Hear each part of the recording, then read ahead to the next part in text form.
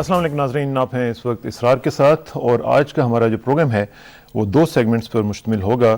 پہلا سیگمنٹ جو ہے وہ ہم آپ کو معلوم ہے کہ ایک ایسی خبر جو آج صبح ہمیں ملی اور اندوہناک خبر، اور وہ تھی ایک زلزلے کے حوالے سے جو ہمارے صوبہ بلوچستان کو ہٹ کیا، جس نے لوگوں کو سوتے ہوئے، اور اس میں ابھی تک اطلاعات مطابق تقریباً 150 کے قریب قیمتی جانوں کا ضیاع ہو چکا ہے، اور اس میں مختلف امدادی کارروائیاں چل رہی ہیں۔ وہ علاقہ ایسا ہے کہ جہاں تک پہنچنا اور اس تک رسائی جو ہے وہ خاصی ممکن نہیں ہے، اور لوگوں کو وہاں پہ جو ریلیف پہنچانا بھی ہے وہ ایک خاصا بڑا ایک ٹاسک ہے، جس کی وجہ سے ہم خاصے کنسرن بھی ہیں اور باقی لوگ بھی کنسرن ہیں، اور اتھارٹیز خاص طور پہ اس معاملے میں خاصا تگ و دو کر رہی ہیں۔ اسی حوالے سے آج ہمارا جو پہلا سیگمنٹ ہے وہ ہم نے ترتیب دیا ہے اور دیکھنا چاہتے ہیں کہ جو ریلیف ایفرٹس ہیں وہ کہاں تک پہنچی ہیں۔ ہمیں جوائن کیا ہے جناب جنرل فاروق احمد خان صاحب نے، جو کہ چیئرمین ہیں نیشنل ڈیزاسٹر مینجمنٹ اتھارٹی کے۔ جنرل صاحب thank you very much for coming, اور مجھے معلوم ہے کہ آپ اس وقت خاصے بزی تھے اور آپ نے ٹائم نکالا۔ ایک تو یہ بتائیے گا کہ جب یہ زلزلے کی آپ کو خبر ملی تو سب سے پہلے بتائیے گا کہ اپنی پریپیئرڈنیس کے حوالے سے were you prepare for it? جہاں تک ریلیف کے ریزن کو میں لیتا ہوں تو یس وی آر پریپیئرڈ، کیونکہ آلریڈی ہمارے کچھ اسٹاکس اوور 3000 جو ٹینٹس تھے وہ کوئٹہ کے اندر موجود تھے، سو ان کی ریکوائرمنٹ 2000 کی تھی، وہ ہم نے ان کو ریلیز کر دیا۔ اوور آل جیسے جیسے سانحے کا تفصیلات پتہ چلتی ہیں تو پھر صحیح معنوں میں ریلیف کے کوانٹم کا اندازہ ہوتا ہے۔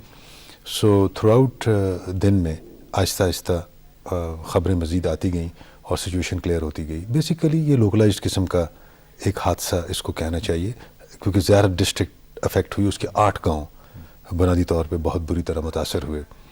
کچھ نقصانات پشین میں بھی ہوئے جو کوئٹہ سے نزدیک ہے، لیکن 2 ہلاکتیں تھیں اور 18 کے قریب اشخاص زخمی تھے۔ سو اوور آل لوکلائزڈ قسم کا یہ افیئر تھا، اور جو چیزوں کی ضرورت تھی وہ مقامی حکومت کو۔ کس قسم کا زیادہ نقصان ہوا ہے؟ جانی نقصان تو تقریباً 100 سے 150 تک کہا جا رہا ہے۔ جی 100 to 150 کا یہ ہے اب تک کہ ان کے جو ایسٹیمیٹس ہیں، لیکن یہ بڑھ بھی سکتا ہے۔ آفٹر شاکس سارا دن آتے رہے۔ آپ حیران ہوں گے کہ 3 ریکٹر اسکیل سے 3.0 سے نیچے کے جو ہیں 72 آفٹر شاکس ہیں، اور اس سے اوپر کے یعنی 4 اور 4.5 تک کے آفٹر شاکس بھی آئے ہیں، اور وہ تقریباً 15 تھے 2 بجے تک۔ لیکن شام کو 5:25 پہ ایک دوسرا زلزلہ آیا، اینڈ وہ 6.4 ریکٹر اسکیل پہ تھا، اسی نوعیت کا جو کہ صبح آیا تھا۔ جی ہاں، سو اس کے جو اندازے ابھی ہیں یا مزید کیا نقصانات ہوئے ہیں وہ رات گئے تک۔ یہ جو دوسرا زلزلہ ہے یہ بھی اسی سیم ایریا کو ہٹ کیا؟ وہی جگہ ہے، اور اس کی اطلاع ابھی تک آپ کو نہیں ملی کہ وہ؟ میری ناظم سے بات ہوئی، انہوں نے کہا کہ کچھ اور جو گھر ڈیمیج ہو چکے تھے وہ بھی گر گئے ہیں، لیکن لوگ کیونکہ ان خستہ گھروں سے باہر تھے اس لیے نقصان نہیں ہوا۔ ریلیف کے بارے میں ذرا بتائیے گا کہ اس وقت کس کس لیول پہ ریلیف پہنچایا جا رہا ہے، اور کون کون سی ایجنسیز آپ کے علاوہ وہاں پہ کام کر رہی ہیں؟ جی سب سے پہلے تو جب یہ خبر الگ صبح ملی تو وزیر اعظم پاکستان جو کہ ترکی میں تھے ان کو اس کی تفصیلات بتائی گئیں، صدر مملکت کو آگاہ کیا گیا، انہوں نے ہدایات دیں کہ امیڈیٹلی ریلیف کی جتنی کاروائیاں ہیں اس کو جتنا تیز کیا جا سکے اس کو کیا جائے، اور تمام امداد باہم پہنچائی جائے۔ اور سارا دن جو پولیٹیکل لیڈرشپ تھی وہ ان پکچر رہی اور ہم سے پوچھتی رہی اور ہم ان کو اپڈیٹ کرتے رہے۔ صدر مملکت اور وزیر اعظم نے بلوچستان کی مقامی حکومت سے بھی بات چیت کی تاکہ ان کو ڈائریکٹ بھی پتہ چلے کہ کیا ہوا ہے۔ سینٹ چیئرمین ہمارے قومی اسمبلی کی محترمہ اسپیکر صاحبہ انہوں نے بات کی، رضا ربانی صاحب نے بات کی، کاکڑ صاحب نے بات کی۔ مجھے ریلیف کے بارے میں اوور آل جو ریلیف ایفرٹ تھی اس میں 2 ایجنسیز مین انوالو ہیں، آرم فورسز آف پاکستان اور سول ایڈمنسٹریشن۔ سو جو ہماری سدرن کمانڈ ہے کوئٹہ بیسڈ، اس نے امیڈیٹلی سول اتھارٹیز کے ساتھ کوآرڈینیٹ کر کے ارلی مارننگ فرسٹ لائٹ کے اوپر ریکانیسنس مشن لانچ کیے، 8 سے 12 ہیلی کاپٹر استعمال کیے سارے دن میں تاکہ ریلیف اور ریسکیو آپریشن کیا جا سکے۔ اس کے علاوہ جو ہم نے سپلائیز ادھر سے ریلیز کی مقامی حکومت کو، اس کی ترسیل میں انہوں نے مدد دی۔ آرمی نے ایک medical field hospital stand by Rawalpindi میں کیا ہوا اور ایک کوئٹہ میں، کہ ضرورت پڑنے کے وقت ان کو ڈپلوائے کر دیا جائے. ایئر فورس کے 6 C-130 3 اسلام آباد میں اور 3 کراچی میں اسٹینڈ بائی رہے, اور اس میں ریلیف کا سامان مزید کراچی اور اسلام آباد سے ڈسپیچ کیا گیا تاکہ کوئٹہ کے سٹاکس کو بلڈ اپ کر لیا جائے. کیسے بائیفرکیٹ کیسے کرتے ہیں ریلیف اور ریسکیو؟ ظاہر ہے کہ ریسکیو بھی ایکولی امپورٹنٹ ہے کہ جو لوگ ابھی پھنسے ہوئے ہیں وہاں پہ ان کو ریسکیو کرنا, اور خدا نخواستہ ایسے لوگ کہ جو جن کے اوپر ڈبری وغیرہ ہے ان کو ادھر سے نکالنا جب تک کہ وہ وہاں پہ زندہ ہیں, یہ بھی ایک ایکولی امپورٹنٹ ایک سلسلہ ہوتا ہے. یہ کنکرنٹ ایکسرسائز ہوتی ہے کہ سب سے پہلے تو یہ کہ جو نیچرلی ہلاک شدگان ہیں یا جو زخمی ہیں ان کو جلد از جلد ریکور کیا جائے. سو تو پہلے آپ ریسکیو کی طرف جاتے ہیں, پھر پہلے ریسکیو ہوتا ہے, کیونکہ ریلیف کو موبلائز کرتے ہوئے کچھ تو وقت لگتا ہے نا جی, کیونکہ کچھ فاصلوں سے آنا ہوتا ہے اس نے. تو ریسکیو پرائرٹی 1 ہوتا ہے, اور پھر ریلیف. اور بعض اوقات جب ریلیف ادھر پہنچ جاتی ہے تو کنکرنٹ دونوں کام چل رہے ہوتے ہیں. اچھا, اس میں جو لوکل ایڈمنسٹریشن ہے ہماری, جو وہاں پہ صوبائی حکومت ہے, وہ کس حد تک انوالوڈ ہے؟ اس نے آپ کے ساتھ کوآپریٹ کیا ہے؟ جی, چیف منسٹر صاحب جائے حادثہ پہ پہنچے ہوئے تو خود انہوں نے جا کے اس کا اندازہ لگایا. ہوم سیکرٹری کے ساتھ میری گفت و شنید ہوتی رہی, چیف سیکرٹری کے ساتھ گفت و شنید اس سلسلے میں ہوتی رہی, اور یہی کوآرڈینیشن کے ایسپیکٹس جو تھے ان کو ہم سارٹ آؤٹ کرتے رہے. لیکن اس سلسلے میں پروونشل ڈیزاسٹر مینجمنٹ اتھارٹی ابھی تک بلوچستان کی افیکٹو نہیں ہے, اینڈ میری درخواست یہی ہے کہ اس اتھارٹی کو جلد از جلد کھڑا کیا جائے. Here lies the question actually. یہی میں پوچھنا چاہ رہا تھا کہ جو آپ کی اتھارٹی ہے, جو نیشنل لیول پہ تو ایک اچھا خاصا آپ نے نیٹ ورک بنایا ہوا ہے, لیکن جو صوبائی ہیں ان میں اگر آپ کو سپورٹ نہیں ملے گی تو اگر اس طرح کے زلزلہ خدا نہ خواستہ کسی اور جگہ پہ یا کوئی اور کیٹاسٹرافی یا کوئی اور ایمرجنسی اگر خدا نہ خواستہ ہٹ کرتی ہے ہمیں, تو دیکھیے یہ جو مسئلہ ہے یہ پچھلے 1.5 سال سے درپیش ہے. پچھلے سال حکومت نے احکامات جاری کیے تھے کہ یہ تمام جو اینٹیز ہیں پروونشل لیول کی, کیونکہ یہ ڈیوالو سبجیکٹ ہے, چیف منسٹر صاحب کے نیچے یہ اتھارٹی کام کرتی ہے, یہ وسط 2007 تک اس کو کھڑا ہو جانا چاہیے تھا. لیکن somehow کچھ شاید اس کی طرف فوکس نہیں کیا گیا. آپ حیران ہوں گے کہ بلوچستان نے تو پھر بھی ایک اتھارٹی کو جیسا بھی ہے لنگڑی لولی کھڑا کر لیا, باقی 3 صوبوں میں تو ابھی تک یہ کھڑی بھی نہیں ہوئی.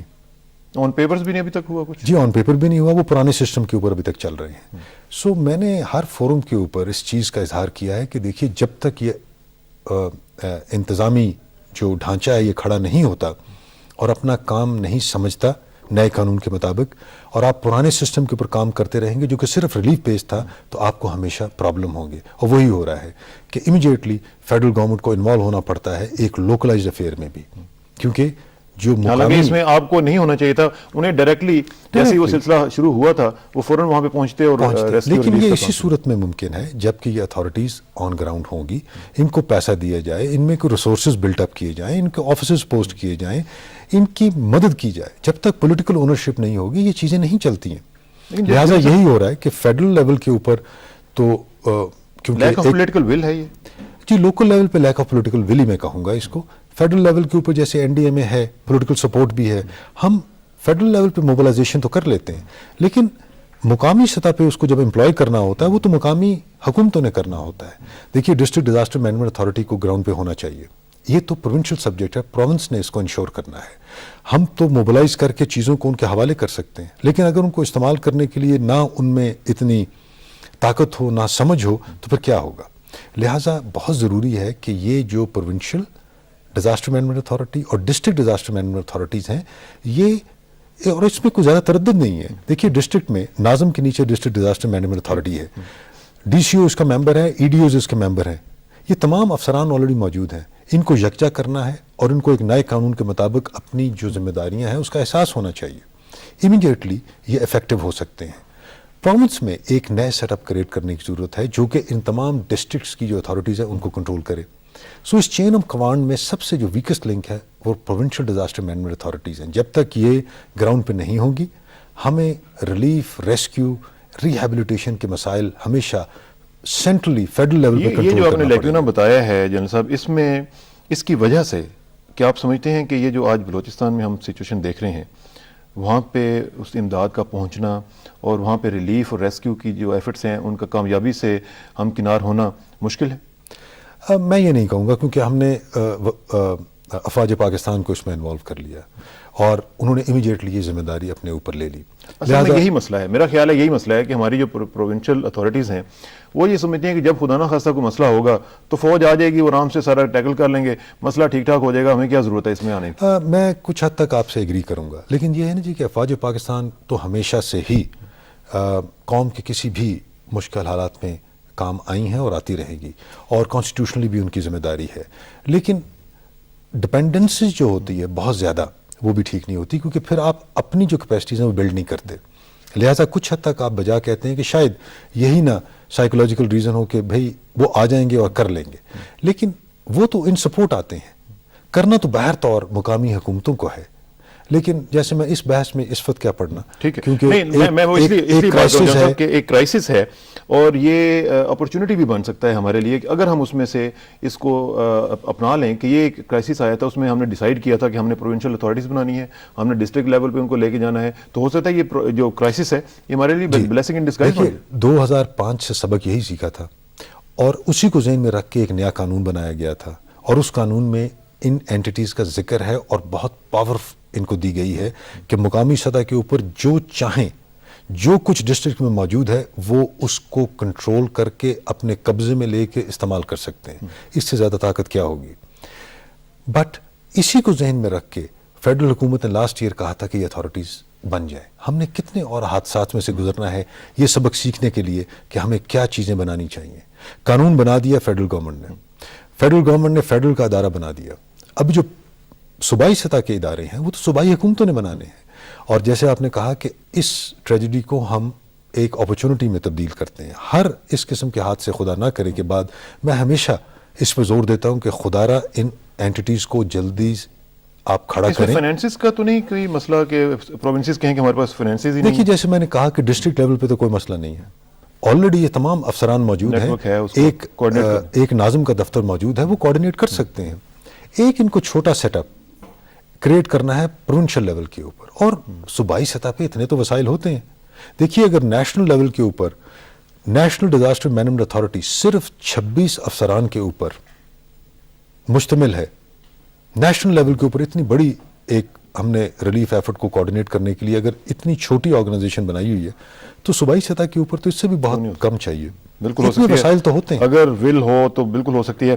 آخر مجھے صرف یہ بتائیے گا جنرل صاحب کہ ابھی جو صورتحال ہے، آپ نے بتایا کہ ایک اور زلزلہ بھی آ گیا ہے اور اس کی وجہ سے ابھی تک آپ کو کچھ پتہ نہیں ہے کہ ایسٹیمیٹس کیا ہیں، وہاں پہ ریلیف کا بھی ظاہر ہے کہ متاثر ہوگا معاملہ، اور جو لوگ وہاں پہ آلریڈی موجود ہیں، رات ہو چکی بھی ہے، وہ بھی سفر کر رہے ہوں گے. تو یہ کب تک سلسلہ جو ہے، ایک دو دن میں آپ سمجھتے ہیں کہ ہم ایکچوئل فگر جو ہے اور ایکچوئل لوگوں تک پہنچ کے ان کو ریسکیو وغیرہ کی ایفرٹس پہ نکال کے پھر ریلیف بھی پہنچا سکیں گے؟ دیکھیے آج کی صورتحال جو تھی شام سے پہلے، یعنی دوسرا زلزلہ جو 5:25 کے قریب آیا، اس سے پہلے تک تو تمام لوگوں تک پہنچا جا چکا تھا اور کام ہو رہا تھا. یہ جو 5 بجے کے بعد زلزلہ آیا 5:25 کے اوپر، اس میں ابھی تک جو ناظم سے میری بات ہوئی، انہوں نے کہا کہ ابھی تک اس وقت تک گرد و غبار وادی میں ہے اور ابھی تک سمجھ نہیں لگ رہا کہ کیا ڈیمیجز ہوئے ہوں گے. بہرحال ان کی خبر کے مطابق کچھ اور جو گھر ڈیمیج ہو چکے تھے وہ گرے ضرور ہیں. جہاں تک کیجولٹیز کا تعلق ہے، لوگ آلریڈی خوفزدہ ہو کے کوئی گھروں سے باہر تھے، لہٰذا امید ہے ان خدا کرے کہ کیجولٹیز نہ ہوئی ہوں. باہر طور رات بھر یہ کام جاری رہے گا. افواج پاکستان کے دستے، فرنٹیئر کور کے دستے وہاں پہ موجود ہیں اور یہ کام کر رہے ہیں. 2 کیمپ اسٹیبلش کرنے کے لیے بھی دوپہر کو کام جاری ہوا تھا، افواج پاکستان نے کیا تھا، اور یہ جتنے متاثرین ہیں اس وقت کے اندازے کے مطابق 3000 کے قریب جو تھے جن کے گھر بار بالکل تباہ ہو چکے تھے، ان کے لیے بندوبست کیا جا رہا تھا. ابھی شام کے زلزلے کے بعد نیچرلی تعداد بڑھ بھی سکتی ہے، لہٰذا کچھ مشکلات رات کو ضرور پیش آئیں گی. یعنی اللہ کرے کہ آپ ان تک جلد از جلد پہنچ سکیں. جنرل صاحب آپ کا بہت شکریہ، آپ تشریف لائے اور ایک بہت ہی امپورٹنٹ پوائنٹ کی طرف آپ نے اشارہ کیا ہے. ہم آپ کی بات میں اپنی بھی آواز کو ملاتے ہوئے گزارش کریں گے حکومت سے بھی کہ وہ جو پروونشل اتھارٹیز ہیں ان کو بھی سیٹ اپ کروائے تاکہ یہ جو معاملات ہیں ان کو حل کیا جا سکے، اور خدا نہ خواستہ کوئی اور اگر ایمرجنسی ہمیں فیس کرنی پڑے تو اس میں کم از کم ہمیں اس طرح کے حالات جو ہیں وہ ان کا سامنا نہ کرنا پڑے. آپ کا بہت شکریہ, آپ تشریف لائے. ناظرین, یہاں پہ پہلا سیگمنٹ ہمارا ختم ہوتا ہے. دوسرے سیگمنٹ کے بعد واپس آئیں گے, یہاں پہ ایک بریک لیتے ہیں. بریک کے بعد واپس آئیں گے تو ہم بات کریں گے پاکستان کے پولیٹیکل سینیریو کے حوالے سے اور خاص طور پہ اکانومی کے حوالے سے کہ جس کے بارے میں ایک ڈومز ڈے سینیریو کریٹ کیا جا رہا ہے. ہم وہ بھی دیکھنا چاہیں گے کہ IMF کی طرف ہم جا رہے ہیں یا ہمارے فرینڈز آف پاکستان اس وقت جو ہیں وہ کیا کر رہے ہیں. After this break please sit tight, will be right back.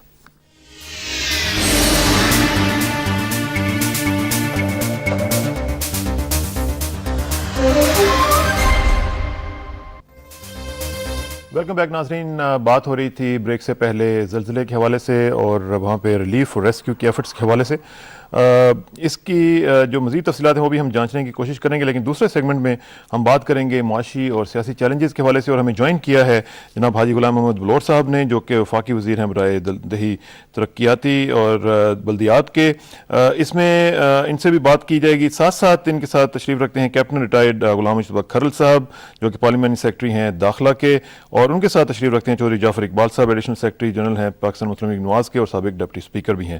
لیکن ناظرین, بات کرنے سے پہلے ہم ذرا تھوڑا سا چلتے ہیں افیکٹڈ ایریا میں, اور ہمارے نمائندے وہاں پہ کچھ لاکھ کے قریب موجود ہیں. سہیل اختر صاحب, ان سے بات کرتے ہیں. سہیل صاحب السلام علیکم. جی وعلیکم السلام. سہیل صاحب ذرا بتائیے گا مجھے کہ سنا ہے کہ دوسرا ایک اور زلزلہ وہاں پہ آیا ہے تقریباً 5:30 بجے کے قریب. آپ اسی علاقے میں تھے, ذرا مجھے اس کی تفصیلات بتائیے گا کہ کیا صورتحال ہے اس وقت. جی میں اس ایریا میں ضلع میں صبح 11 بجے آ گیا تھا اور اپنے ہم دیکھ رہے تھے, لوگوں سے بات چیت کر رہے تھے. دن بھر ہم یہ کام کرتے رہے, لیکن 5:30 بجے کے قریب, ویسے تو آفٹر شاک صبح سے محسوس ہو رہے تھے, زمین میں گڑگڑاہٹ ہو رہی تھی, زمین ہل رہی تھی, لیکن 5:30 بجے کے قریب شدید ترین ایک زلزلہ آیا. اسے آفٹر شاک نہیں کہہ سکتے, میرا خیال یہ ایک نیا زلزلہ نئی شدت کا تھا. اور اس سے یہ ہے کہ جو بلڈنگیں گرنے سے بچ گئی تھی, جو کچی عمارتیں بچ گئی تھی, وہ مکمل طور پہ منہدم ہو گئی ہیں اور بہت زیادہ نقصان ہوا ہے. جن علاقوں میں نقصان زیادہ ہوا ہے اور جہاں جہاں میں گیا ہوں ان کے نام یہ ہیں: غربی کواف, ورچوم کا علاقہ ہے, یہ چھوٹے چھوٹے گاؤں ہیں. ایک گاؤں کا نام کان ہے, دوسرا گاؤں وام ہے. یہاں پہ تقریباً تمام کی تمام آبادی جو کچے گھروں پر رہتی تھی, ان کے تمام مکانات منہدم ہو گئے ہیں اور یہاں پہ اموات بھی بہت زیادہ ہوئی ہیں. تو اس میں کچھ آپ کے پاس ایسٹیمیٹ ہے کہ مزید ڈیتھس کے حوالے سے, کیونکہ ابھی تک جو ہمیں اطلاعات مل رہی ہیں وہ یہ کہا جا رہا ہے کہ تقریباً 150 کے قریب افراد جو ہیں ان کی جانیں ضائع ہوئی ہیں.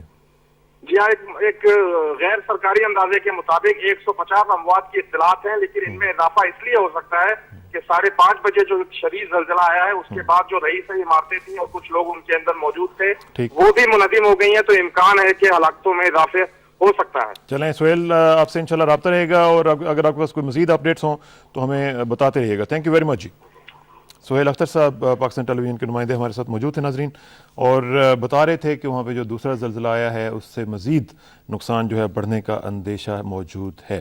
اللہ کرے کہ یہ معاملات حل کیے جا سکیں اور جلد از جلد ہم دیکھ سکیں کہ ریلیف ایفرٹس جو ہیں وہاں پہ پہنچیں اور جو ریسکیو کا بھی آپریشن جو ہے وہ بھی پایہ تکمیل کو پہنچ سکے.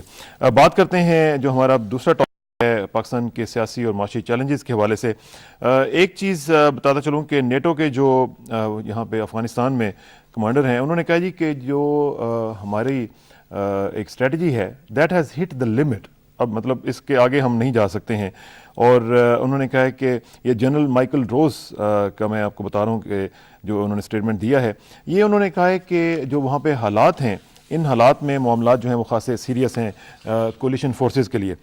اس کے ساتھ ساتھ ہم نے یہ بھی دیکھا ہے کہ پاکستان افغانستان کا جرگہ گئی جو ایک 2 دن کا جرگہ تھا وہ ہوا ہے, جس میں جو سب سے بڑی بات سامنے آئی ہے وہ یہ ہے کہ وہ مذاکرات کرنے کے لیے طالبان کے ساتھ تیار ہیں. اور ساتھ ساتھ یہ بھی ایک امپورٹنٹ نیوز ہے کہ امریکہ نے بھی طالبان کے ساتھ مذاکرات پر آمدگی کا اظہار کیا ہے. اس میں واشنگٹن پوسٹ نے کل کی جو خبر تھی اس میں ملا عمر کے حوالے سے بتایا تھا کہ انہوں نے القاعدہ سے لا تعلقی کی تیار ہیں اور وہ کہتے ہیں کہ ہم لا تعلق ان سے ہو جائیں گے. جینز ڈیفنس ویکلی جو ہے اس نے بھی کہا ہے کہ طالبان نے یہ بات سعودی عرب کے جو زیر اہتمام مذاکرات ہو رہے تھے ان میں یہ کہی ہے. کرسچین سائنس مانیٹر نے بھی ایک لفظ یوز کیا ہے کہ طالبان کی جو تحریک ہے اس میں نیو پوٹنسی آ گئی ہے, اور اس میں انہوں نے کوٹ کیا ہے جو انہوں نے ریسنٹلی ایک ہیلی کاپٹر گرایا ہے اور ساتھ ساتھ انہوں نے 2 امریکی فوجیوں کو مارا ہے. ساتھ ہی لاس اینجلس ٹائمز جو ہے اس نے بھی اس حملے کا ذکر کیا ہے, اس کو ایکنالج کرتے ہوئے انہوں نے کہا ہے کہ کارزئی حکومت جو ہے وہ پہلے مذاکرات کے لیے ان مذاکرات سے پہلے ہی وہ ہاتھ پاؤں مار رہی تھی. لیکن جو افغانستان میں امریکہ کے کمانڈر ہیں ڈیوڈ میکیرن, انہوں نے کہا ہے کہ ان مذاکرات کی تائید ہم کریں گے، اور اب آ کے وال اسٹریٹ جرنل جو ہے اس نے بھی ان مذاکرات کا عندیہ دے دیا ہے. یہ سب کچھ ہو رہا ہے، تو امریکن جو ہیں وہ بھی اب مینٹلی پریپیئرڈ ہیں. میں حاجی صاحب سے بات کروں گا کہ حاجی صاحب، ہم جب بات کرتے تھے کہ طالبان کے ساتھ بات کی جائے اور مذاکرات اور ڈائلاگ یہ کیا جائے، تو امریکنز بڑے پرٹربڈ تھے اور کہتے تھے کہ یہ آپ کیا کر رہے ہیں، آپ وار آن ٹیرر کو ڈسٹرب کر رہے ہیں. اب وہ خود مذاکرات کے لیے تیار ہو گئے ہیں. What's your take on it? یہ تو پولیٹیکل ویژن ہوتا ہے. ہماری پارٹی، چھوٹی سی پارٹی نے، ہمارا صوبے میں حکومت ہے، اور صوبے کی حکومت جو ہوتی ہے وہ ایک پولیٹیکل، وہ ایک انتظامی یونٹ ہوتا ہے. وہ تو لڑائی مڑائی تو اس کے بس کی بات نہیں ہوتی. انہوں نے سوات میں معاہدہ کیا تو سب طریق سے شور ہو گیا کہ آپ نے معاہدہ کیوں کیا. تو اب شکر ہے کہ وہ اسی بات پر لوگ آ رہے ہیں جس بات کی ہم نے ابتدا کی تھی. تو ہم تو شروع سے یہ کہتے تھے کہ بات چیت سے مسئلہ حل ہوتا ہے، لیکن مسئلہ یہ ہوتا ہے کہ ادھر سے بھی اگر بات ہو تو بات بنتی ہے نا جی، ایک طرف سے تو نہیں ہوتی. لیکن ان کی طرف سے بات تو ایک ہفتہ پہلے ہو گئی ہے. میں نے خود سنا یہ طالبان کی بات، طالبان بی بی سی پہ میں نے خود سنا، جو ان کا ترجمان ہے. دو قسم کے طالبان، ایک وہ طالبان جو وہاں لڑ رہے ہیں، ایک وہ طالبان جو اپنے آپ کو پاکستانی طالبان کہتے ہیں. اس میں اس ترجمان نے جو بات کی تو اس سے بڑی اچھی باتیں ہوئی. اس نے جب سوال کیا بی بی سی والوں نے کہ آپ باقی بات گفتگو شروع کریں، بالکل ہم تیار ہیں بات چیت کرنے کے لیے. انہوں نے تو کہا کہ آپ کو ہتھیار ڈالنے پڑیں گے. کہتے ہیں جب انسان بات چیت کرتا ہے تو ہتھیار چھوڑ دیتا ہے، یہ نہیں کہا کہ ڈال دیتا ہے، چھوڑ دیتا ہے. اس نے کہا کہ آپ بات کریں گے تو پھر تو آپ کو ادھر نہیں جانا پڑے گا، ہوگا پابندی کو ادھر نہیں جائیں گے، ادھر نہیں جائیں گے، ادھر سے لوگ نہیں آئیں گے. تو بڑے مزے کا اس نے جواب دیا، مجھے حیرانی تھی. اس نے کہا کہ یہ میرے ملک کی سالمیت و استحکام کی بات ہے، یہ ضرور ہوگا. کیا ہوگا کہ ہم نہیں جائیں گے؟ نہیں جائیں گے. اور کوئی یعنی جو آپ نہیں سمجھتے ہیں کہ طالبان کا جو ایک ایٹیچیوڈ ہے اس میں ایک چینج آ رہی ہے؟ بہت بڑی چینج میں نے دیکھا. تو یہ کوئی رات کے 11:30 بجے کی خبروں میں تھا، بی بی سی میں نے سنا. نہیں، لیکن اس میں یہ جو آپ کی جو ایک اسٹریٹجی تھی کہ طالبان کو انگیج کیا جائے مذاکرات میں اور مذاکرات کے ذریعے مسائل کو حل کیا جائے، آپ سمجھتے ہیں کہ اب جا کے یہ معاملہ جو ہیں وہ حل ہونے کی طرف جا رہا ہے؟ اب معاملہ جو ہوگا تو وہ اب بات چیت ہو سکے گی. پہلے ذرا وہ بھی بہت تیز تھے، تو اب بات جو ہے میرے خیال میں، اب خیال کہ میں نے تو اس کے منہ سے سنا ہے. اس نے کہا میرا نام مولوی عمر ہے، ان کا ترجمان پاکستانی طالبان. ٹھیک ہے، ٹھیک ہے. اسی حوالے سے کیپٹن صاحب، آپ چونکہ تھوڑا سا ویسٹ کے مائنڈ کو تھوڑا سا ریڈ کرتے رہے اور رہے ہیں وہاں پہ کینیڈا میں بھی، مجھے یہ ذرا بتائیے گا کہ why this change of strategy? Americans تو چند دن تک پہلے تک تو بات سنتے ہی نہیں تھے مذاکرات کی، تو یہ اچانک change of heart, change of mind, یہ کیسے ہو گیا؟ بسم اللہ الرحمن الرحیم. اسرار صاحب، جیسے آپ نے کہا، میں ان لوگوں میں 15 سال رہا ہوں، اور میں نے ان کی جو ویژن ہے اور مینٹل کیلیبر، اور دیکھتا ہوں کہ وہ کس طرح سوچتے ہیں. ان قومز کا جو اسپیشلی ویسٹ میں بش ایڈمنسٹریشن ہے، اس کا ایٹیٹیوڈ یہ تھا کہ ہم ایک دنیا کی سپر پاور ہیں، اور ہم ناخداؤں کے خدا ہیں، اور ہم بندوق سے، گولی سے، اپنی ٹیکنالوجی سے اس دنیا کو برباد کر دیں گے، جو ہم چاہیں گے وہ ایسا ہوگا. لیکن انہوں نے اس کو انڈر اسٹیمیٹ کیا ہے، ان لوگوں کی ڈٹرمنیشن کو اور ڈیووشن کو. جو بھی ان کی سوچ ہے، جس نظریے کے ساتھ وہ قوم طالبان فائٹ کر رہے تھے، اس کو اسی طرح عراق کے انویژن کی وہ بھی انڈر اسٹیمیٹ کیا، وہ کہاں کھڑے ہیں. اسی طرح طالبان، اور دنیا میں ایک فیکٹس ہیں اور آن گراؤنڈ ریالٹیز ہیں کہ دنیا میں کوئی بھی معاملہ، اس کا حل جو ہے وہ ٹیبل ٹاک ڈسکشنز کر کے بیٹھ کے ہو سکتا ہے. آپ دنیا کی تاریخ الٹا کے دیکھ لیں، آئرلینڈ کو دیکھ لیں، اسکاٹ لینڈ میں، تو کوئی بھی معاملہ جو ہے بندوق کی گولی پہ نہیں ہو سکتا. تو میرے خیال میں یہ بہتر طریقہ کار ہے کہ اگر امریکن آج بھی یہ سمجھ گئے کہ اگر ہم ان لوگوں سے بیٹھ کے طالبان سے، اور طالبان کی سوچ میں بھی جیسے بلوچ صاحب فرما رہے ہیں کہ اگر وہ ان کا یہ ترجمان جو ہے، وہ یہ انٹرپریٹر یا ان کا جو ٹرانسلیٹر ہے، وہ یہ بتاتا ہے کہ ہم اس میٹر کو، ہم ریڈی ہیں گورنمنٹ کے ساتھ مل کے. تو میرے خیال میں اس سے افغانستان جو ہمارا ایک پڑوسی ملک ہے، اور اس کا امن پاکستان کے لیے، اور پاکستان کا امن افغانستان کے لیے، اور بلکہ پاکستان کا امن اس خطے کے لیے. لیکن کیا یہ کہا جا سکتا ہے کہ یہ جو چینج آف اسٹریٹجی ہے، یہ طالبان کی قوت میں جو اضافہ ہوا ہے، جس کی وجہ سے ان کے اٹیکس بڑھے ہیں امریکنز کے اوپر بھی، اور پھر جو کولیشن فورسز ہیں ان کے اوپر بھی، اس کی وجہ سے ہوا ہے؟ ان لوگوں نے جو جب سے یہ جنگ لڑ رہے ہیں، میرے خیال میں 79 سے یہ وار جاری ہے. پہلے رشین کے ساتھ تھی، ابھی اس کے پاس امریکن کے ساتھ یا نیٹو فورسز کے ساتھ ہے. تو اور تاریخ بھی ہے کہ یہ خطہ ہمیشہ صدیوں سے سینچری سے وار میں رہا ہے اور یہ لوگ گیو اپ نہیں کرتے. اور یہ میں نے 4 ماہ 5 ماہ قبل پچھلے سال بھی وہاں کے ویسٹ کے میڈیا میں اس بات پہ میں نے ایز اے پاکستان کمیونٹی کے پریزیڈنٹ میں نے وہاں پر کنٹریبیوٹ بھی کیا.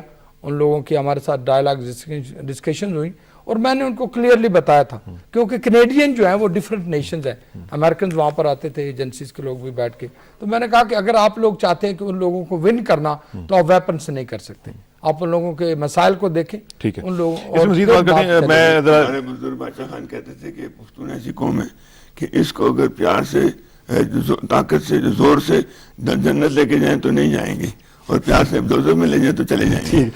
پیار کی قوم ہے. اسی والے سے ذرا میں چوئی صاحب کا ذرا کامنٹ لینا چاہوں گا. چوئی صاحب, وال اسٹریٹ جرنل کا میں نے ذکر کیا ہے. وال اسٹریٹ جرنل نے کل لکھا ہے کہ senior white house and military officials believe that engaging some levels of the Taliban while excluding top leaders could help reverse a pronounced downward spiral in Afghanistan and neighboring Pakistan. وہ یہ کہتے ہیں کہ اب ضروری ہو گیا ہے کہ معاملات کو حل کرنے کے لیے ان سے بات کی جائے. جنرل پیٹریس صاحب جو سینٹ کام کے انچارج بننے والے ہیں, انہوں نے بھی یہ کہا ہے کہ ہمیں اپنی اسٹریٹجی کو چینج کرنا پڑے گا, اور چینج کرنے کا مطلب یہ ہے کہ ہمیں اپنے اینیمیز سے بات کرنی پڑے گی. تو آپ کیا سمجھتے ہیں کہ کس وجہ سے یہ ساری اسٹریٹجی میں چینج آیا؟ شکریہ کسان صاحب. سب سے پہلے تو میں دعا کرتا ہوں اللہ تعالیٰ کے حضور کہ آج جو افسوسناک زلزلہ ہے, اللہ تعالیٰ ہمیں ہمارے گناہوں کی معافی دے اور محفوظ رکھے. میں یہ سمجھتا ہوں کہ اس میں ایک تو شروع سے ہی جو اسٹریٹجی بنی تھی امریکن وہ غلط تھی. دیکھیں, ہسٹری سے سبق سیکھتے ہیں, اور ورلڈ اوور جو ہسٹری کہتی ہے وہ یہی ہے کہ جنگوں سے مسائل حل نہیں ہوتے, وہ ہمیشہ گفتگو سے اور ٹیبل پر بیٹھ کر ہوتے ہیں. انہوں نے اپنا پورا زور لگایا, تمام پوری قوت استعمال کی. رزلٹ یہ نکلا کہ جو آپ آج کر رہے ہیں کہ پوری امریکہ کی اب سوچ جو ہے بدل رہی ہے. اس میں میں تھوڑا سا ایڈ یہ کروں گا کہ جہاں انہوں نے اپنی پوری فوجی قوت استعمال کی, وہاں آج امریکہ کو ایک سادی صورتحال میں بری طرح وہ تباہی کے دہرے پر جا رہا ہے. وہ اب اس کو پرلونگ نہیں کر سکتا. اب وہ پرلونگ نہیں کر پائے گا تو ظاہر ہے اس سے وہ نکلنا چاہے گا. جب نکلنا چاہے گا تو اس کو ایک سازگار ماحول چاہیے, اور جس سے وہ چاہتا ہے کہ یہاں امن آئے. اب یہاں یہ ورسٹ ہٹ جو ہے اس وقت ہوئے ہوئے افغانستان اور ساتھ نیبرنگ پاکستان. ہمارا پورا امن ملک تھا, ہم نے کبھی اس طرح سے حالات کو فیس نہیں کیا تھا جو آج حالات فیس کم کر رہے ہیں. تو میں یہ ذاتی طور پر سمجھتا ہوں کہ نئی قیادت جو ان کی اپنی فوجی قیادت میں تبدیلی آئی ہے, جو آگے اب الیکشنز ان کے نومبر میں ہونے جا رہے ہیں, یہ یقیناً اور امریکن عوام کا جہاں ان کو یہ بھی نظر آتا ہے کہ ان کے اپنے بڑے لاسز ہوئے ہیں, ان کی جانی بڑے لاسز ہوئے ہیں, تو یہاں ان کو جو ڈیموکریٹک اپنے آپ کو سمجھتے ہیں, میں سمجھتا ہوں کہ اس چیز کو الگ کر کے کہ وہ قوتیں جو باہر سے آ کر یہاں ٹربلنس کریٹ کرتی ہیں, ٹربل کریٹ کرتی ہیں, وہ تو ایک بالکل ہی مختلف چیز ہے. لیکن جہاں ہم ڈیموکریسی پر بلیو کرتے ہیں تو وہ ڈیموکریسی میں کیا ہے, by the people, of the people, for the people. اب جب یہ آپ چیز وہاں رکھیں گے آگے تو نیگوسیشن کریں گے تو لامحالہ کوئی نہ کوئی رزلٹ اس کا نکلے گا. تو بڑی خوشائند بات ہے, میں سمجھتا ہوں کہ یہ اب سوچ پیدا ہوئی ہے, اور اس کی مین وجہ جو ہے ایک ان کی اپنے ٹارگٹس نہ اچیو کرنا اور ان کی اقتصادی صورتحال ابتر ہونا. ساتھ ساتھ انڈیکیشن ہے کہ ہماری جو گورنمنٹ ہے, ہمارے جو لوگ ہیں, انہوں نے بار بار یہ کہا کہ ڈائیلاگ کا راستہ اپنایا جائے, اور میرا خیال ہے کہ اس میں ہمیں ہماری گورنمنٹ جو ہے اس کو بھی کریڈٹ دینا چاہیے کہ انہوں نے یہ پالیسی اپنائے رکھی اور ان کو کنونس کرنے کی کوشش کی. اور آج پوری امریکن لیڈرشپ, خاص طور ملٹری لیڈرشپ جو ہے وہ ریکگنائز کر رہی ہے کہ جناب دس از ناٹ آن, ہمیں ان سے مذاکرات کرنے پڑیں گے. کسان صاحب, اس میں میں حکومت کے حوالے سے یہ بات کروں گا کہ دو حکومتوں کا پاسٹ 18 فروری سے پہلے والی اور اس کے بعد والی. پاس والے جو ہیں انہوں نے تو یس مین والا رول ادا کیا نا. پریزیڈنٹ مشرف جو تھے سابق صدر, انہوں نے تو دیر ہی نہیں لگائی, یعنی جب وہاں پال کا فون آیا تو فوراً انہوں نے کہا جی ہم آپ کے ساتھ ہیں. مقصد کہنے کا یہ کہ جب تک آپ پولیٹیکلی دیکھیں گے نہیں, اب جو ہے ریسنٹلی یہ نہ صرف گورنمنٹ کا بھی ایک بڑا اچھا انیشیٹو ہے کہ جب اپوزیشن ہے PMLN نے, ہم نے یہ ان سے ڈیمانڈ کیا کہ ان کیمرہ جو ہے اب سیشن بلائیں اور صورتحال قوم پتہ چلے, قوم کے نمائندوں کو پتہ چلے کیا صورتحال ہے. جو ریزولوشن پاس ہوا ہے یہ بہت بڑا میسیج ہے, اور میں سمجھتا ہوں کہ ہر مسئلے کا حل یہی ہے کہ ہم آپس میں ایک جماعت جو ہے وہ مسائل حل نہیں کر سکتی. آج جو گمبھیر ملک کے مسائل ہیں, تمام سیاسی قوتیں, میں اس میں یہ بلیو کرتا ہوں کہ جو سیاسی قوتیں اندر پارلیمنٹ کے بیٹھی ہوئی ہیں اور جو سیاسی قوتیں باہر ہیں, تمام کو مل کر اب جو جس طریقے سے ایک ایگزامپل ہم نے کریٹ کیا ہے ریزولوشن کے حوالے سے، ایک نیشنل ایجنڈا بنانا ہوگا ہر ایشو پر، اور ایک کنسنسس بلڈ کر کر ہر جتنا بھی ہم اس وقت فیس کر رہے ہیں جتنے پرابلمز اس کو ٹیکل کرنا، اور اپنی سیاست اور ذات کو بلائے طاقت. بالکل یہاں صرف یہ ملک کو بچانے کے لیے بہت آگے، پھر یہ ملک پاکستان ہے تو ہم سب ہیں. بالکل ٹھیک کہہ رہے ہیں آپ. اور اسی بھی میں چاہوں گا کہ ایک آپ کا حاجی صاحب کامنٹ میں اس حوالے سے بھی لوں کہ ہماری جو اکانومی کے حوالے سے میں ابھی 2-3 پروگرام میں بتا چکا ہوں، مجھے اتفاق ہوا امریکہ میں مختلف لوگوں سے بات کرنے کا، تو وہاں پہ لوگ خدا نخواستہ پاکستان کو رائٹ آف کرنے کی باتیں کر رہے ہیں کہ پاکستان ایسی کوئی بات نہیں ہے، اس کی کوئی ایگزسٹنس اتنی وہ ویلڈ ہی نہیں ہے. ہمارے جو فرینڈز آف پاکستان کا ایک گروپ بنا تھا زرداری صاحب کے دورے کے دوران، انہوں نے کہا جی کہ ہم پاکستان کو بچانے کی کوشش کریں گے، پاکستان کو ہیلپ کرنے کی کوشش کریں گے. اب جو صورتحال نظر آ رہی ہے اس میں تو مجھے لگتا ہے کہ فرینڈز آف پاکستان جو ہیں وہ صرف پیپر کی کارروائی ہے، اور وہ ہمیں چاہتے ہیں کہ ہم IMF میں چلے جائیں، اور بلکہ ایک لحاظ سے تو کچھ لوگ یہ کہتے ہیں کہ وہ پریشرائز کر رہے ہیں پاکستان کو کہ پاکستان IMF کے پاس IMF کی رجیم میں چلا جائے. Do you agree with? ہم یہ نہیں دیکھیں جی، یہ جو اقتصادی مسئلہ ہے یہ تو ہمیں ڈبویا ہے نا جی پچھلے 8-10 سالوں نے. یعنی پچھلے تو صرف آج جو سب سے بڑا مسئلہ ہمارے لیے گندم کا بنا ہوا ہے، تو اس کے لیے انہوں نے پچھلے سال گندم کے ریٹ نہیں بڑھائے. گندم ریٹ نہیں بڑھائے تو وہ اس لیے نہیں بڑھائے کہ ہم الیکشن جیتیں گے، تو وہ ایسا ہوا کہ لوگوں نے گندم بوائی نہیں ہوئی پوری طرح، بوائی کے وقت نہیں ریٹ بڑھے تو بوائی نہیں ہوئی تو گندم کا ایک پرابلم بن گیا. پھر پچھلے 8-9 سالوں میں وہ کہتے ہیں ہم یہ کریں گے وہ کریں گے. ایک پچھلے کئی سالوں سے یعنی ڈیم نہیں بن سکا. ایک ڈیم جھگڑا ڈرا پڑا رہا کہ کالا باغ ڈیم بنا، اس میں 2 صوبے انکار کر رہے تھے کہ نہیں بنا. تو چاہیے تھا کہ جو بھی حکومتیں تھیں وہ بادشاہ بنا لیتی اوپر اور دور میں. یہ تو جھگڑے پڑا ہوا تھا نا، اب یہ تو نہیں بن رہا تھا تو اس کو چھوڑ کے وہ تو بناتے، کسی نے بنایا نہیں، اس نے آ کے ہمیں ڈبو دیا. پھر یہ افتتاح تو خیر پریزیڈنٹ مشرف نے کیا تھا، وہ آگے سے کچھ ہوا نہیں، وہ لگ تو وہ ہو نہیں رہا تھا، نہیں ہو رہا تھا، نہیں ہو سکتا تھا. 2 صوبے ناراض تھے، 2 صوبے نہیں چاہتے تھے، تو مسئلہ تو بن نہیں رہا تھا نا. تو اس میں ہم نے اب انہوں نے پھر اس کو وہیں چھوڑ دیا اور دوسرا کوئی کام نہیں کیا. اس سے پہلے بھی لوگوں نے نہیں کیا. تو مصیبت یہی تھی کہ ہمارے پاس اچھا پھر جو ہمارے پاس جو بننے تھے اس سے تیل سے بننا تھا، کروڈ آئل سے بجلی بننی تھی، وہ پیسوں کی شارٹیج کی وجہ سے انہوں نے روک لیا. جب انہوں نے روکا تو پورے ملک میں ایک ہنگامہ برپا ہو گیا بجلی کا. تو اب پرابلم تو بنے ہیں لیکن انشاءاللہ ہم ان کو اوور کم کریں گے اللہ کی مہربانی سے. نہیں، اللہ کی مہربانی تو تب آئے گی جب ہماری مہربانی ساتھ ہم تو ساتھ ہیں جی. ہماری مہربانی تب تک نہیں آئے گی جب تک گورنمنٹ بیلٹ ٹائٹ نہیں کرے. ہماری مہربانی دیکھ لیں جی کہ یہ پہلا پرائم منسٹر ہے جو متفقہ طور پر ہوا پاکستان کی تاریخ میں. یہ پہلا ریزولوشن ہے جو متفقہ طور پر پاکستان کے اندر سے. یہ بہت اور یہ پہلا ریزولوشن ہے کہ جو متفقہ پاس ہوتا ہے اور 2 گھنٹے کے بعد آپ کا دوست اتحادی ملک امریکہ آپ کے اوپر اٹیک کر دیتا ہے. وہ تو خیر وہ ریزولوشن تو امریکہ تو ساتھ نہیں تھا نا، ہم نے پاس کیا. امریکہ تو ریزولوشن میں نہیں تھا وہ اٹیک نہ کرے، اس کو منع کر دے کہ تمہیں اٹیک نہ کرنا. اس کو ہماری سینسٹیوٹیز کا خیال رکھنا وہ تو ان کا اپنا نقطہ نظر نا. ہم نے اپنا، میں آپ کو اپنی بات بتاتا ہوں کہ ہمارے ملک میں احساس پیدا ہو گیا. میں کہتا ہوں سب سے بڑی بات اس ملک کی یہ خوش قسمتی ہے کہ جو اندر باہر کے لوگوں کی نہیں کہتا ہوں، میرے بھائی نے کہا کہ باہر کے لوگ بھی باہر جو بیٹھے ہیں ان کا اپنا نقطہ نظر ہے، وہ اپنی طریقے سے قواعد کرتے ہیں. جو اندر بیٹھے ہیں کم از کم ان کو یہ احساس ہو گیا اسمبلی کے اندر والوں نے کہ ہمیں اس ملک کو بچانا ہے اور مل کے بچانا ہے. اور انشاءاللہ مجھے یقین ہے کہ جو if there is a will there is a way ہوگا. چلیں let's see where is a way. Captain صاحب مجھے یہ ذرا بتائیں کہ IMF کے بارے میں سب لوگ بڑے کنسرنڈ ہیں کہ میں نہیں جانا چاہیے، اور پریزیڈنٹ صاحب نے بھی کہا ہے کہ IMF جو ہے وہ ایک خطرناک صورتحال ہو سکتی ہے، آپشن جو ہے وہ اتنی اچھی نہیں ہے. لیکن IMF کے جانے کے علاوہ آپ سمجھتے ہیں کہ کچھ اور ہمارے پاس آپشنز ہیں؟ ڈیفینیٹلی اسرار صاحب، میں یہ سمجھتا ہوں کہ IMF سے ہم پہلے نکلیں تو IMF کے چکر میں آ کے ہم اپنے ملک کے جو اقتصادی اور معاشی نظام کو ہمیشہ کے لیے ان قوموں کے اور جو ان کی خواہشات ہیں اس کے مقروض نہیں کر سکتے. ہم فرینڈز آف پاکستان، ہمارے پریزیڈنٹ دیکھیں آپ سب سے پہلے چائنا گئے، ابھی چائنیز جو لیڈرز ہیں انویسٹرز ہیں وہ پاکستان میں آئے ہوئے. Prime minister went to China, now he is in Turkey. تو اس کے علاوہ کل فارن منسٹر آف جرمنی نے یہاں پر آ کے ایک اسٹیٹمنٹ دی اور اوپنلی اسٹیٹمنٹ دی ہے کہ ہم پاکستان کے ہر حالات میں ساتھی ہیں. نہیں، ساتھ انہوں نے ایک اوپنلی اسٹیٹمنٹ دیا ہے کہ ہم IMF کو کہتے ہیں کہ وہ پاکستان کو جلد از جلد قرضہ دے. دیکھیں نا، مسئلہ یہ ہے کیپٹن صاحب کہ 1 مہینے کے اندر آپ کو $5 بلین کیش چاہیے ہے. آپ کو جو چائنا کی جو اسسٹنس ہے وہ کیش میں نہیں ملے گی. چائنیز کیش نہیں دیتے ہیں. چائنیز آپ کو کہیں گے کہ ہمیں پروجیکٹس بتائیں، ہم آ کے انویسٹ کر دیتے ہیں. وہ تو آپ کے پروجیکٹس میں لگائیں گے. آپ کو کیش چاہیے, ہارڈ کیش چاہیے ہے, اور ہارڈ کیش جو ہے وہ آپ کو IMF کے علاوہ کوئی نہیں دے رہا.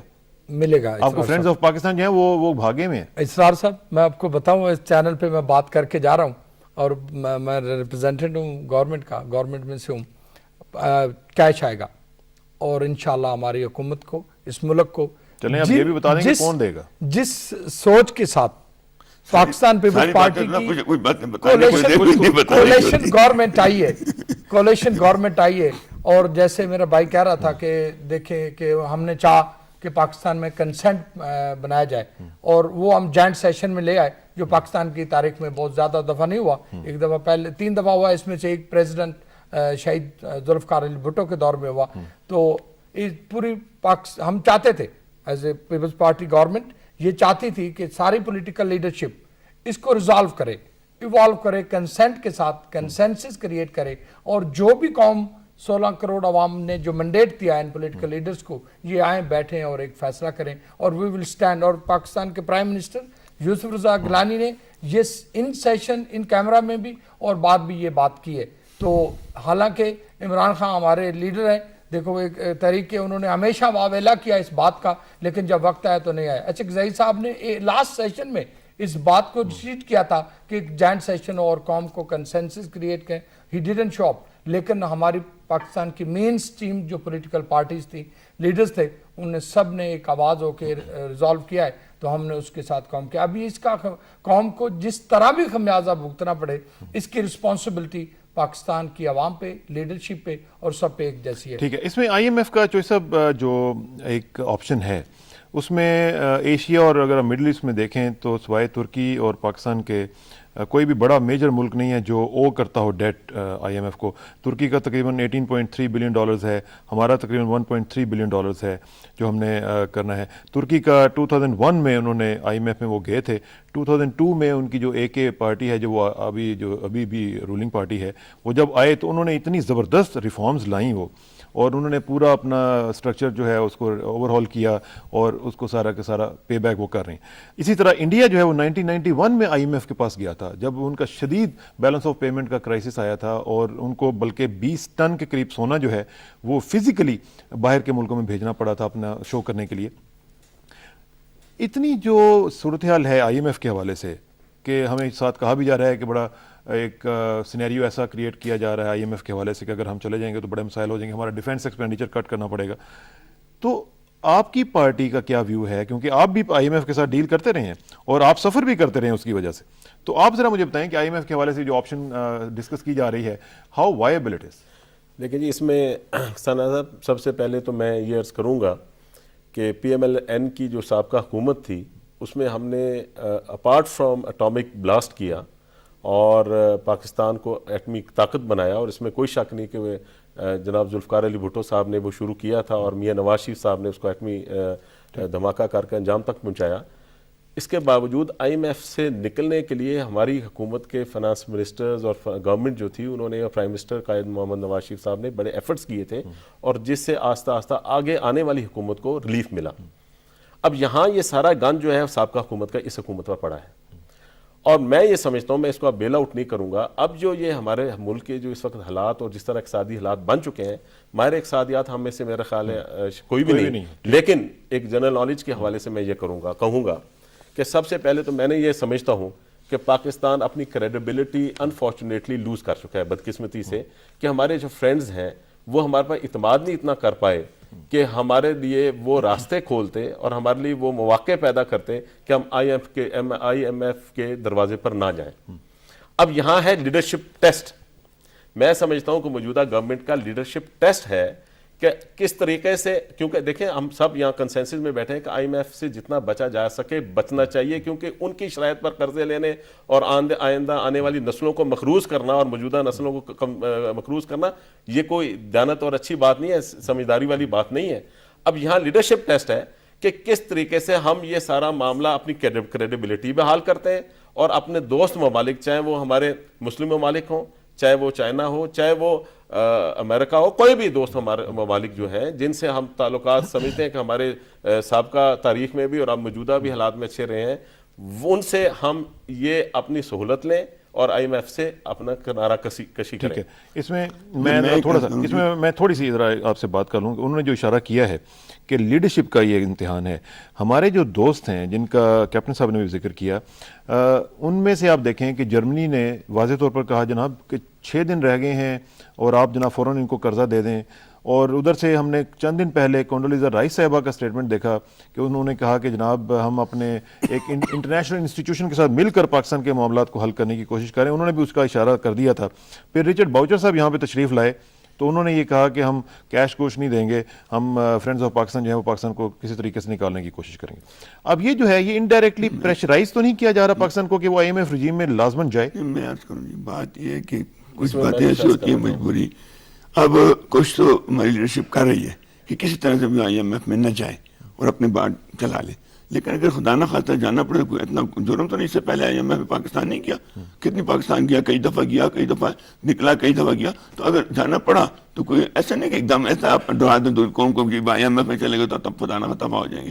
اگر تو خیر نہیں ہوں گے, ڈیفینس ایکسپینڈیچر آپ کو کم کرنا پڑے گا, آپ کے جو اخراجات ہیں منسٹریوں کے کم کرنے پڑیں گے, ہو سکتا ہے منسٹریوں کم کرنے پڑیں گے. کریں گے, کیوں نہیں کریں گے؟ جب ہمیں تکلیف ہوگی تو ملک کو بچانا ہے تو اس کے لیے ہم سب کچھ کریں گے. ملک کو بچانے کے جتنی بھی قربانی دینی پڑے گی ہمیں تو دور دیں گے. کون کہتا ہے کہ نہیں دیں گے؟ تو اس کے لیے میں یہ کہتا ہوں کہ اول تو لیڈرشپ جس طرح وہ بیچارے کر رہے ہیں, کوشش پہ کر رہے ہیں کہ وہ اس کو بغیر IMF کے جانے کے ملک کو کھڑا کر لیں. لیکن اگر فرض کہ ہمارے دوستوں نے ہمارے ساتھ وہ نہ کیا جو ہم چاہتے ہیں تو پھر IMF جائے تو کوئی اتنی بڑی تباہی نہیں خدا نہ خواستہ ہوگی. پہلے پاکستان IMF میں گیا بھی ہونے کا, جائیں گے بھی اور انشاءاللہ 5 سالوں کے اندر نکل بھی آئیں گے کوئی بات. کیپٹن صاحب اس میں چلیں میں چوہدری صاحب کو میرا خیال ہے اس بارے میں جی میں اس میں یہ ایڈ کرنا چاہوں گا جی کہ یہ ہمارا آخری چوائس ہونی چاہیے.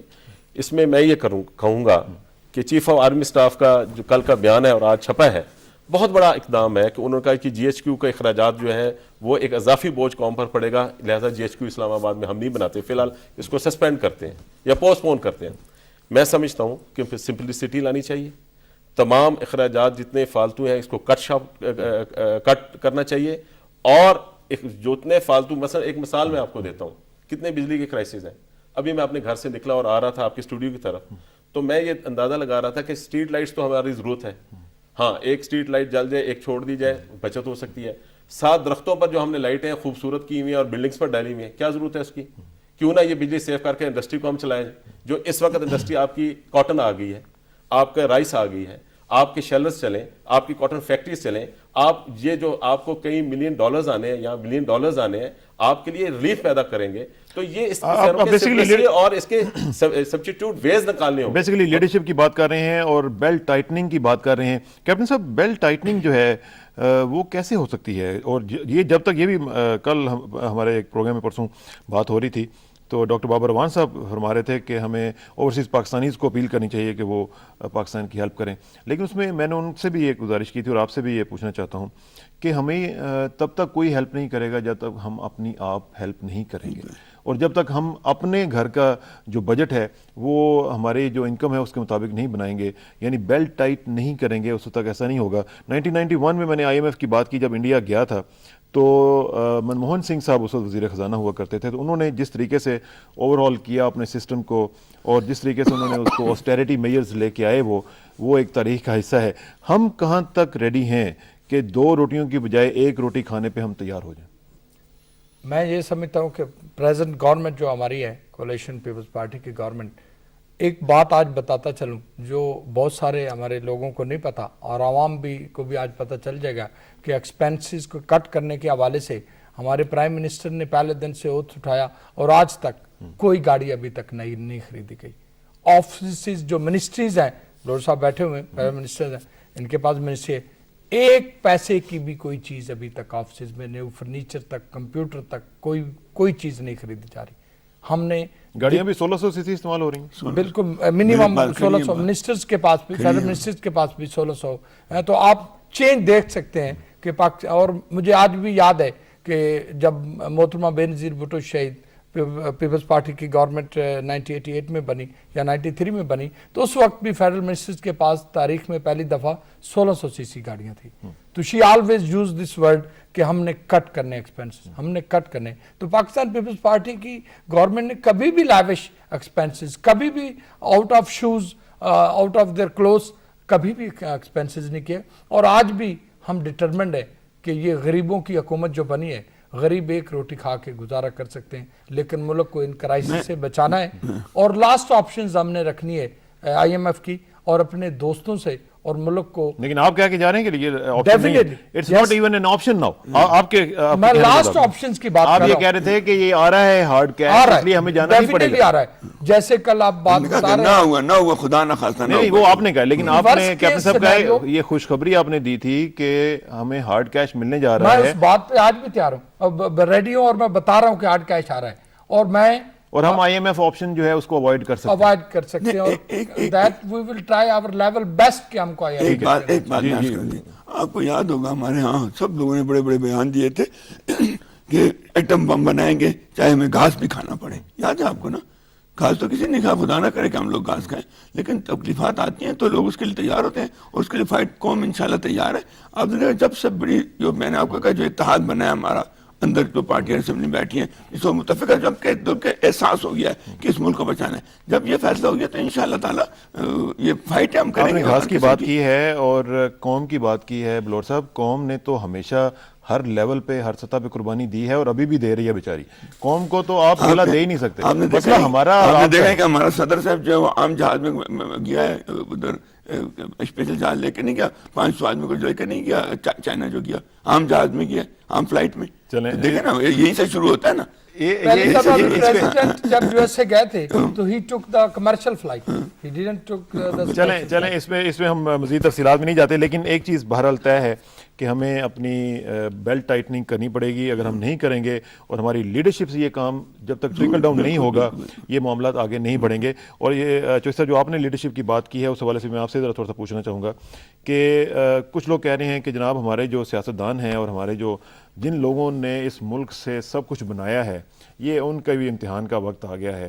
ہماری پولیٹیکل لیڈرشپ, ہماری کمرشل لیڈرشپ, اکنامک لیڈرشپ, جو بھی لیڈرشپ ہے جس نے سب کچھ بنایا ہے, آرمی لیڈرشپ بھی کہیں وہ جو بھی ہے وہ اب اس کا وقت آ گیا ہے کہ وہ اپنے پیسے جو ہیں وہ پاکستان میں واپس لائے اور پاکستان کو بچانے میں اپنا رول پلے کرے. جی بالکل میں ایگری کرتا ہوں. اس میں کسان صاحب ایک چیز میں ایڈ کروں گا کہ جیسے میں نے وہ بجلی کی مثال دے رہا تھا کہ جناب محترم میاں شہباز شریف صاحب ہمارے صدر پاکستان مسلم لیگ رہنما, انہوں نے تمام دفاتر میں اے سی وغیرہ بند کر دی. یہ سیونگز تھی, مطلب ایک ایگزامپل ایک سیٹ کی ہے.